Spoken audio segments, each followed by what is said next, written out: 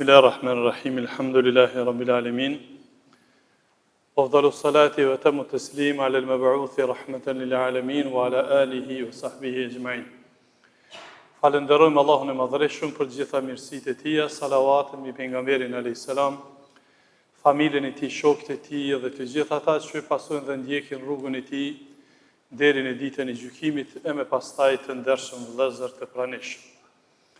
Jemi duke u shoqëruar me ligjëratat tona para hyjtjes në këtë ditë të begat, në komentim të një prej kaptinave të rëndësishme të veçanta të Kur'anit, me të cilën na ka porositur pejgamberi alayhis salam ta lexojmë para gjumit Suratul Mulk, kaptina e mulkut ose e pushtetit e sundimit.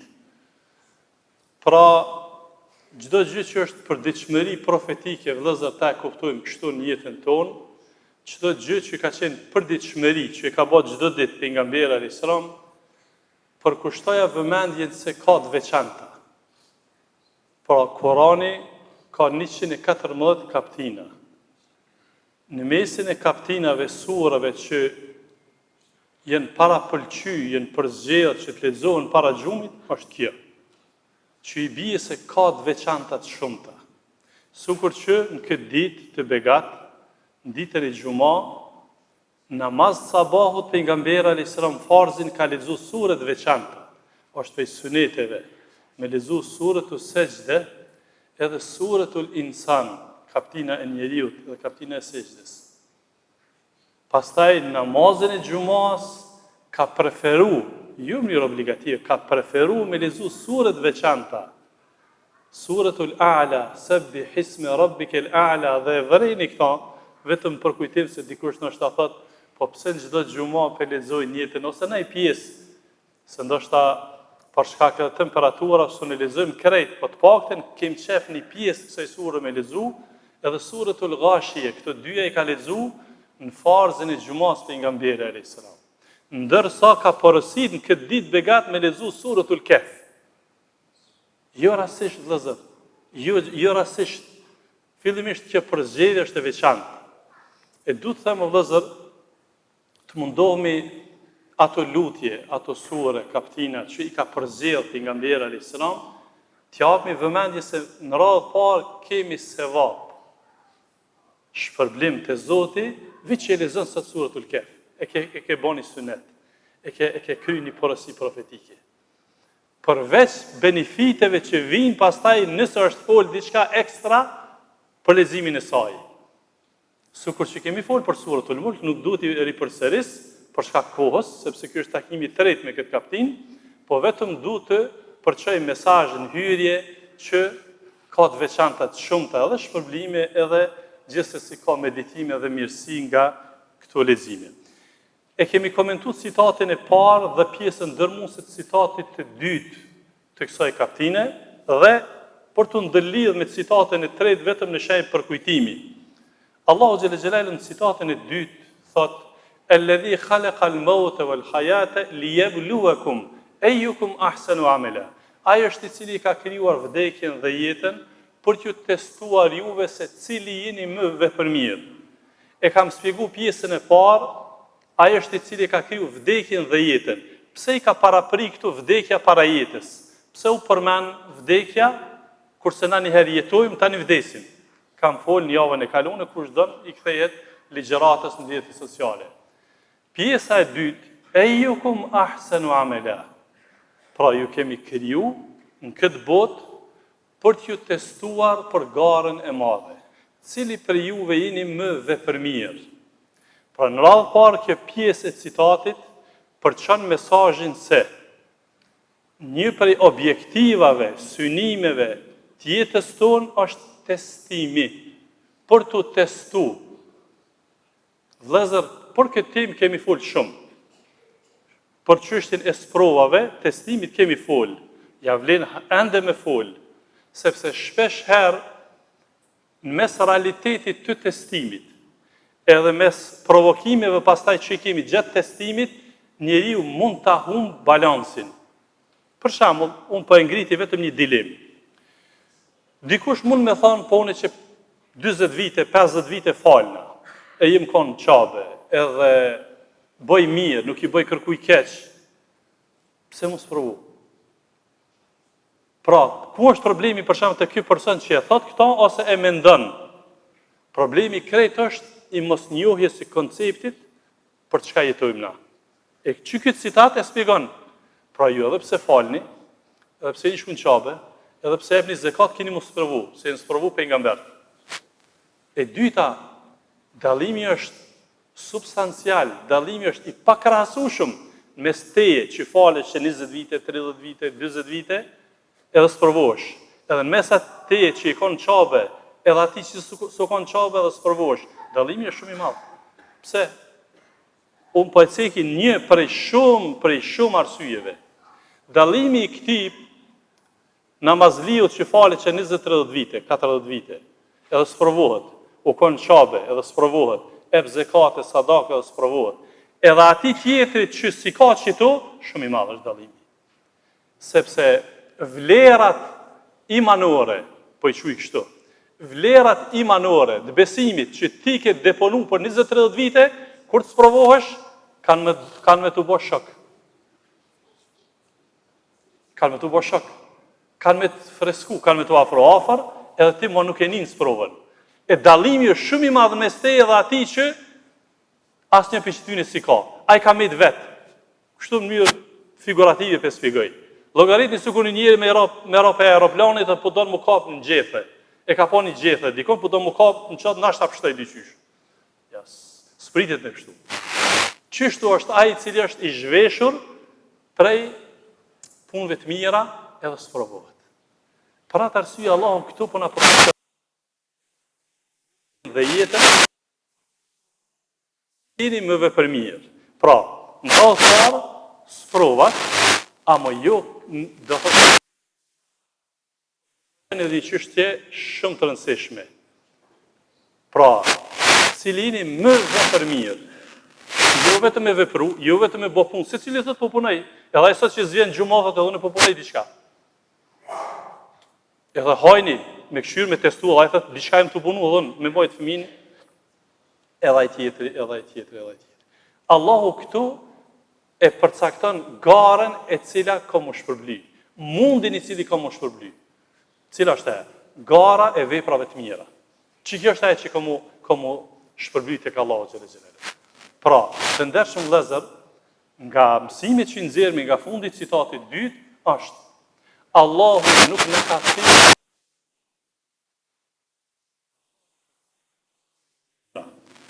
na nuk dim cila është më e mira. Nuk dim na cila është më e mira.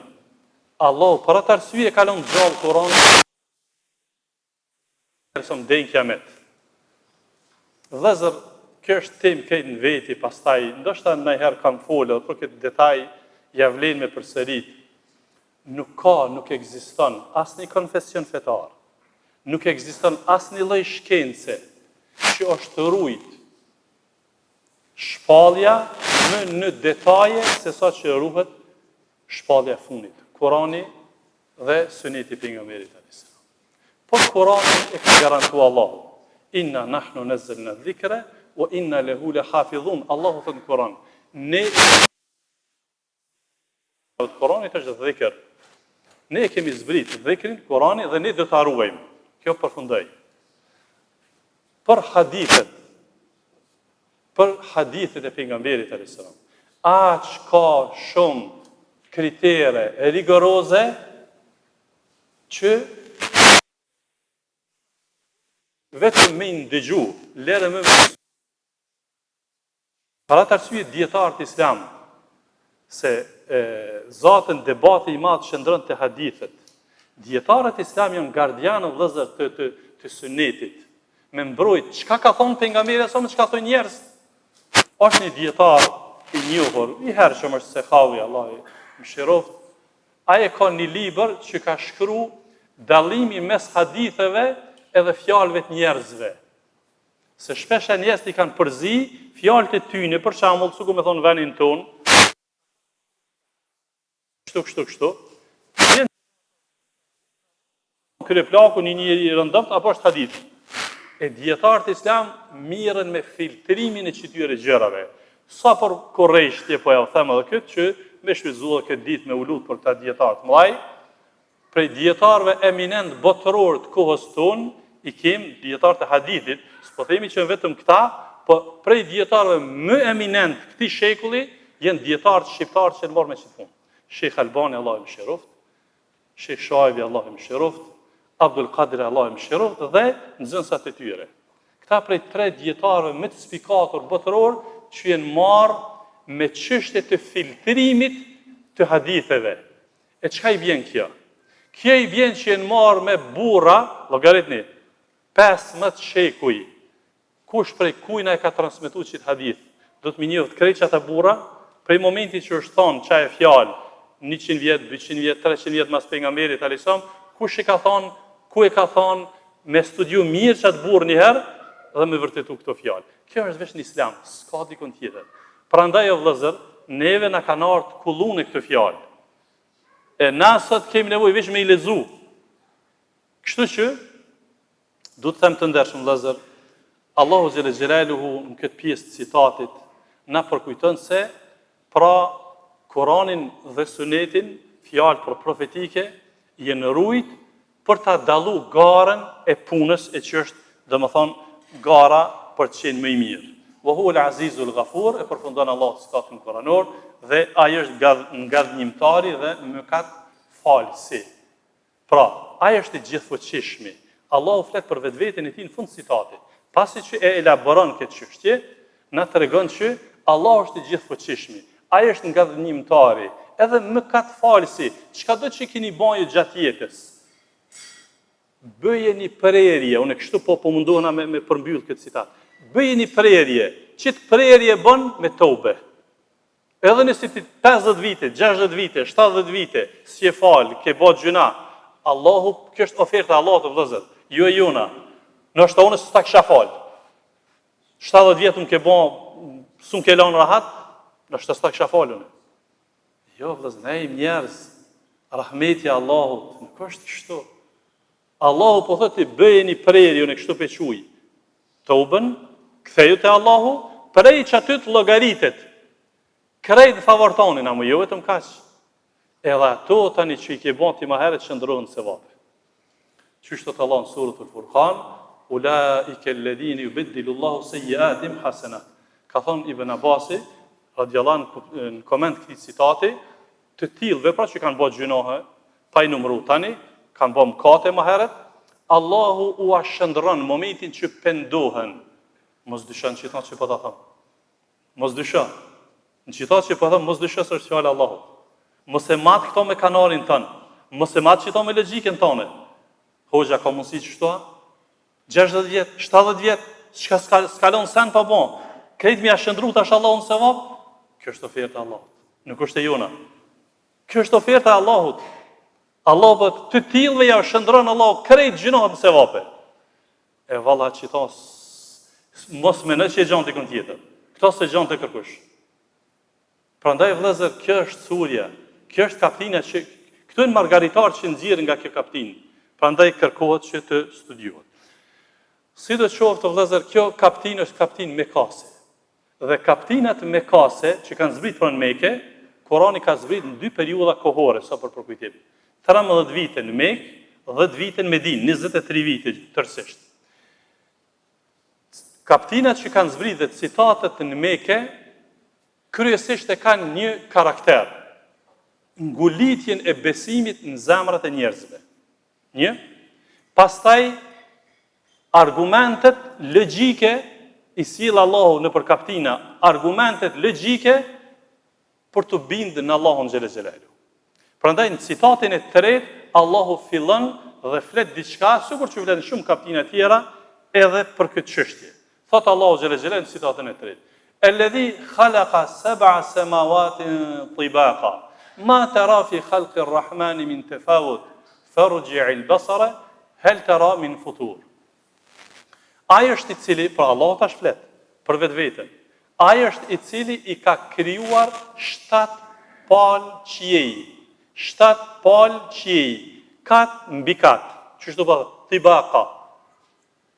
Allahu po flet për vetveten çka ka kriju. U zbulun shkencë kjo, apo nuk u zbulu, Allahu po thotë kështu. Tani sot zbulojnë shkencëtarët kur gjë nuk kanë pru të reja, veç i kanë vërtetuar një fjalë të Allahut. Allahu po thotë, ai është i cili ka kriju 7 palë qiej, 7 kat qiej, 1 mbi 1, ose do thotë 1 për mbi 1. Ma tara fi khalqi ar-Rahmani min tafawut. Nuk mundesh ti me gjetë në krijimtarinë e Allahut shpërputhje.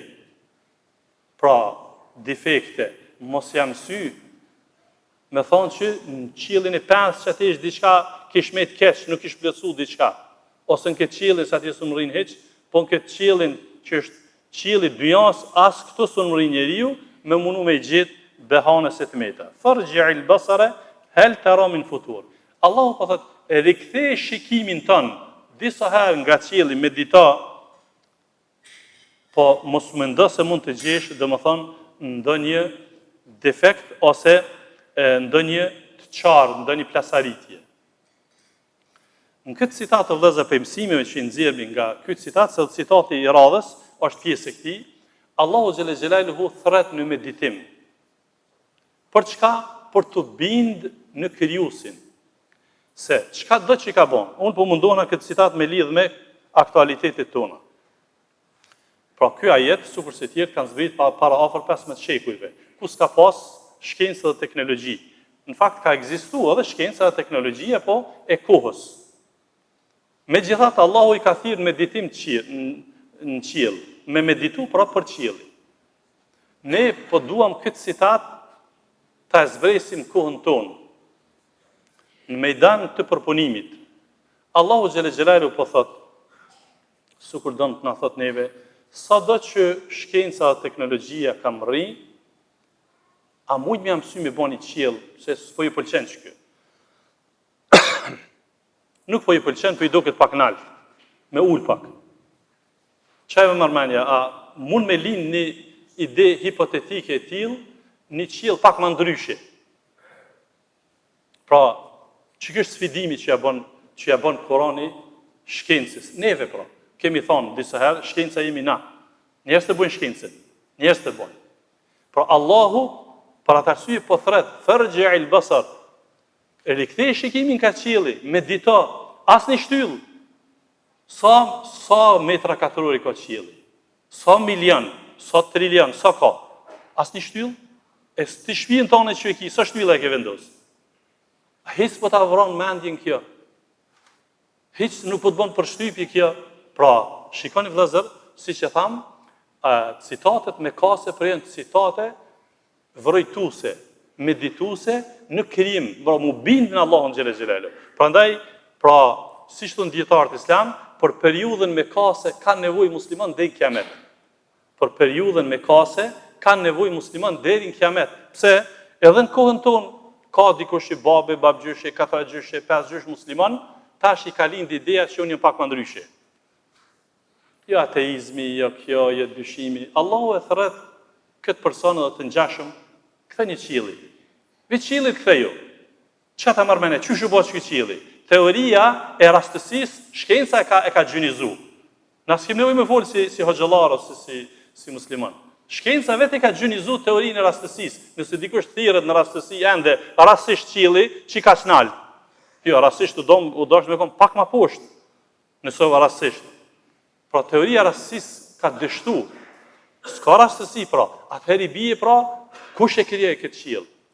Nëse patjetër që Allahu xhelle xhelalu ka kriju, atëherë nuk meriton ky Zot adhurim, nënshtrim, përkushtim, për ulje. Për atë arsye Allahu xhelle xhelaluhu në këtë kaptin porosinë e parë ngritë kokën lart. Ngritë kokën lart me njoft Zotin e pastaj kalon për ulje në sejdë. Siç thot Allahu, "Wasjud waqtarib." Bën sejdë, afrohesh te Zoti. A mund ngritë një kokën lart, çfarë çka ka lart? Krejt kjo vëllezër pra është mësim për neve.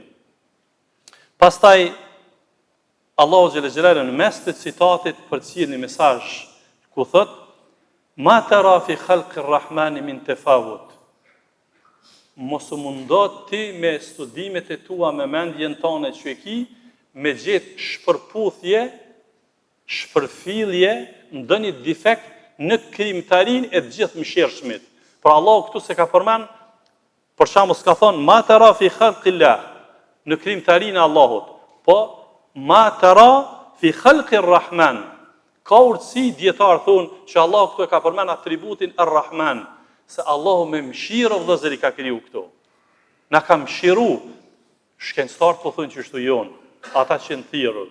Veç pak me konë, qielli ma poshtë, dielli ma poshtë, hana ma poshtë, çdo sen kish ndryshu. Çdo sen diçka i shkri, diçka i shkall krejt, diçka i shbo, që shtu po thonë shkencëtarët, me studimet e tyne, pra me paskon qielli pak ma poshtë, s'ka bo. Po edhe dielli me kon pak ma poshtë, s'ka bo se i shmikall për nxetit. Llogaritna që shtu po ankohemi këtë kohë, nxet. Po me paskon pak ata po thonë pak ma poshtë, qështu precis kush i bani qëto? Allahu xhel xelal. Për atë arsye, Allahu se ka përmend tham emrin këtu Zot, Rabb, ose Allah, po e ka përmend Ar-Rahman. Me mëshirë kemi bën qëto. Që i bjen se me mëshirë kemi vendos pra edhe planetet, edhe galaktikat, edhe krijesat e tjera që ju jetoni mirë. Pastaj thot Allah në citatin 4, thumë rgji'i l-basar karratayni yanqalib ilayka al-basaru khasi'an wa huwa hasir. Allah prap thret, vazhdo ti me demonstru, me shiku, me rikthy shikimin tën ka qielli, ti prap medito, vazhdo, babe, babgjyshe, katragjyshe, gjenatat mas neve. Allah po thret, i sfidoj, kushdo, çfarë do kohë që të vjen, çfarë do aparature që keni, vazhdoni të vrojtoni nëse mundi me gjetë ndaj defekt në qiell. Që ky planet është dashur pak më poshtë me kon ose pak më lart, ose më i madh pak me kon ose më i vogël. Yanqalib ilayka al-basaru khasi'a. Shikimi jot po thot Allah ka më kthy shumë i përulur, i nënçmuar. Pra sikur Allah do të thot, mos harxho kohën këtë çështje. Mos harxho, se është i krijuar prej atij që është i përkryen, prej Allahut xhela xhelalu, wa huwa hasir, pra shikimi është i dërzoi Zoti. Dërzoi mos u lodh me thonë unë një 50 vjet do më çuvish me këshir qiellin, në përket botën do më shku me këshir mos bëjë ai behane. Mos u lodh këtë punë. Se veç kalon kohën, vëllazër, se koha s'po na premton me fol shumë çka, po du me thonë për me përmbyll këtë citat, ka shumë prej tefsirologëve, komentatorëve të Kuranit, dietar islam, që janë mundu, kanë kalu vitet shumëta në detaje. Në fund të jetës tyne kanë lënë emanet dhe kanë thonë, po du me vdek në besimin e të moshumëve. Ka thonë, sikur kanë dashur me thonë, shumë pas mi harxhuku ndosane që nuk është dashur, sa ato janë të gatshme. Allah e ka kriju të gatshme, Allah ka kriju prej neve me adhuru Allahun. Nuk ka kërku Allah prej neve mu mundu me gjithë gabime në krijimtarinë e Allahut xhela xhelalu. Me këto citate inshallah do të vazhdojmë edhe me tutje. Zoti shpërblet për vëmendjen. Alhamdulillah.